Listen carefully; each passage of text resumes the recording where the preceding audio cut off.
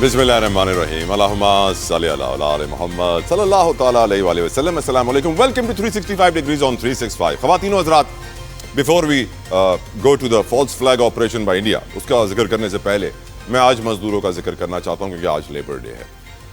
Micro economics سے پڑھائی جاتی ہے تو اس میں فیکٹرز آف پروڈکشن پڑھائے جاتے ہیں. 4 فیکٹرز ہیں.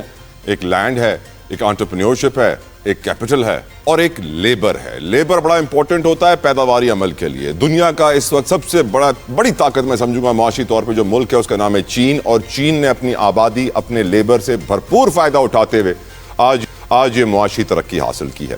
پاکستان میں لیبر کا حال کیا ہے؟ اس لیبر کی بات کرتے ہیں جو غیر ہنرمند ہے, جس کی کم سے کم اجرت 37,000 روپے ہے, اور کیسے وہ اپنا گھر چلا سکتا ہے 37,000 پہ؟ یقیناً ایک بہت بڑا سوال ہے. لیکن کچھ ڈیٹا آپ کے سامنے رکھنا چاہتا ہوں. ریسرچ جو ہے اس وقت انٹرنیشنل لیبر آرگنائزیشن کی یہ رپورٹ ہے جس میں بتایا گیا کہ پاکستان میں 24 سے 32 لاکھ افراد جبری مشقت کرتے ہیں. فورسڈ لیبر اس لیے ہوتا ہے کیونکہ ہم جانتے ہیں غربت میں بڑی سپیڈ سے اضافہ ہو رہا ہے, بے روزگاری میں بڑی سپیڈ سے اضافہ ہو رہا ہے, کام ملتا نہیں ہے اور مشکل ہو جاتے ہیں حالات, اور پھر فورسڈ لیبر جبری مشقت سے کام لیا جاتا ہے.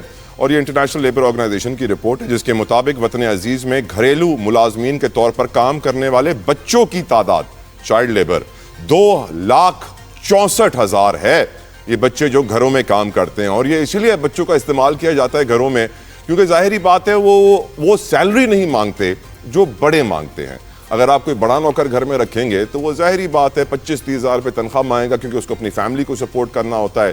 ہم پھر بھی اس کو 37,000 روپے منیمم ویج تو دیتے نہیں ہیں, بارگیننگ ہوتی ہے. پر جو بچے کام کرتے ہیں ان کو تو آپ 5-10 ہزار روپے مہینے پہ بھی راضی کر سکتے ہو کام کرنے کے لیے کیونکہ وہ بچے ہیں. اسی لیے پاکستان میں چائلڈ لیبر بڑی سپیڈ سے بڑھ رہا ہے اور جبری مشقت میں بتدریج اضافہ ہو رہا ہے. بتایا گیا اس رپورٹ کے اندر گزشتہ 5 سالوں میں 10 لاکھ افراد کا اضافہ ہوا ہے. فورسڈ لیبر میں یہ زیادہ تر اینٹوں کے بھٹے, کانکنی اور زراعت کے شعبے میں فورسڈ لیبر اور چائلڈ لیبر کا استعمال ہوتا ہے. ایک اندازے کے مطابق وطن عزیز میں تقریباً 1,20,00,000 سے زائد بچے فورسڈ لیبر کا بھی شکار ہیں, مجبور ہیں وہ کام کرنے کے لیے. ان بچوں کی غالب بڑی اکثریت وہی ایگریکلچر ہے, اور یہی بتایا گیا ہے رپورٹ کے اندر کہ ان کو پیٹ بھر کے کھانا بھی نہیں دیا جاتا ہے.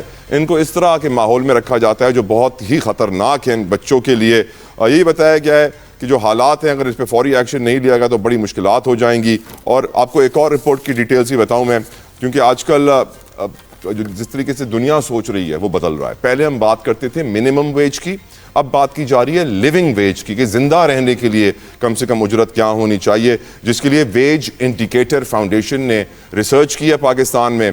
اور بتایا گیا ہے کہ 2025 کے اعداد شمار میں پنجاب اور سندھ میں لیونگ ویج کم سے کم تقریباً 60,000 روپے ہونی چاہیے, اور باقی جو پورے پاکستان کی لیونگ ویج نکالی گئی ہے وہ تقریباً 52,000 روپے, 52,000 روپیز.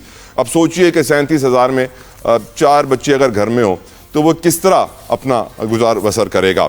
اس کے اوپر آج ہم پروگرام میں تفصیلاً بات کریں گے. ساتھ ساتھ of course false flag operation Pahalgam, اس کے اوپر بھی ڈسکشن ہوگی. جو لیٹسٹ اپڈیٹس ہیں وہ یہ ہیں کہ بھارتی فوج خوف میں مبتلا ہے, پاک فضائیہ کے ان کے فائٹر پائلٹس مشکل میں ہیں. وجہ یہی ہے کہ وہ سوچ رہے ہیں کریں تو کیا کریں, حملہ ہم کر نہیں سکتے, دھمکی ہم دے سکتے ہیں جو بھرپور طریقے سے میڈیا پہ دے رہے ہیں. لیکن خیر کچھ ڈاکیومنٹس لیک ہوئے ہیں.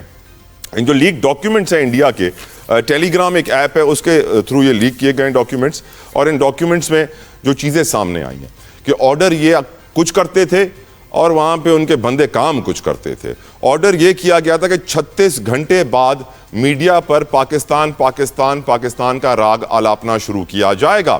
لیکن ہوا کیا, 5 منٹ کے بعد یہ راگ آلاپنا شروع کر دیا بھارتی میڈیا نے, کیونکہ بھارتی میڈیا ان کے کنٹرول میں تو ہے نہیں. حقیقتاً تو بھارت کی فوج ان کے کنٹرول میں نہیں ہے, میڈیا کا خاک کنٹرول میں آئے گا. یہ بھی اس لیک ڈاکیومنٹ میں لکھا ہوا ہے کہ ایسا دکھانا ہے کہ جن کو نشانہ بنایا گیا وہ غیر مسلم تھے, یعنی ہندو مذہب کے لوگوں کو ٹارگٹ کیا گیا تاکہ ہندوتوا سوچ جو ہے RSS کی جو ایکسٹریمسٹ ہندوازم والی سوچ ہے, جس کو میں ہندو فوبیا بھی کہتا ہوں, اس سوچ کو پروان چڑھایا جا سکے. یہ بھی اس لیک ڈاکیومنٹ سے پتا چلا ہے کہ ایک ہیش ٹیگ کی جگہ ہم 200